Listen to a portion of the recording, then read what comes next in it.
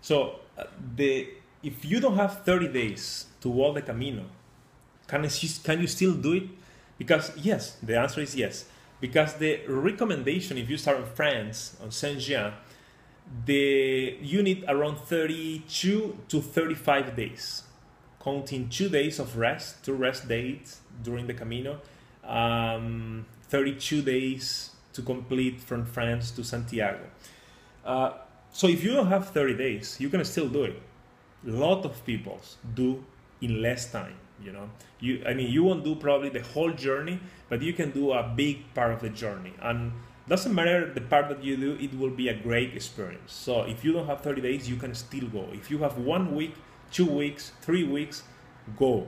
Don't worry. So you can start like on Pamplona, on Burgos, on León, or wherever. You need to go to Google Maps. Take a look on the walking distance between Santiago and the city that you want, and just calculate around 20 kilometers a day.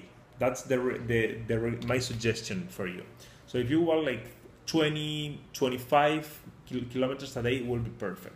So just go to Google Maps and calculate how many kilometers from Santiago to the city, and divide for the number of days you have, and that's your answer. So you can start whatever you want. If you want to get the Compostela, which is a certificate that you get on Santiago when you arrive, that is a certificate that said that you have walked the Camino. So if you want that, you need to walk at least 100 kilometers.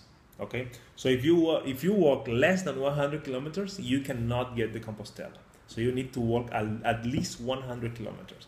So keep that in mind if you want the Compostela, and just go and schedule your ticket. See you there.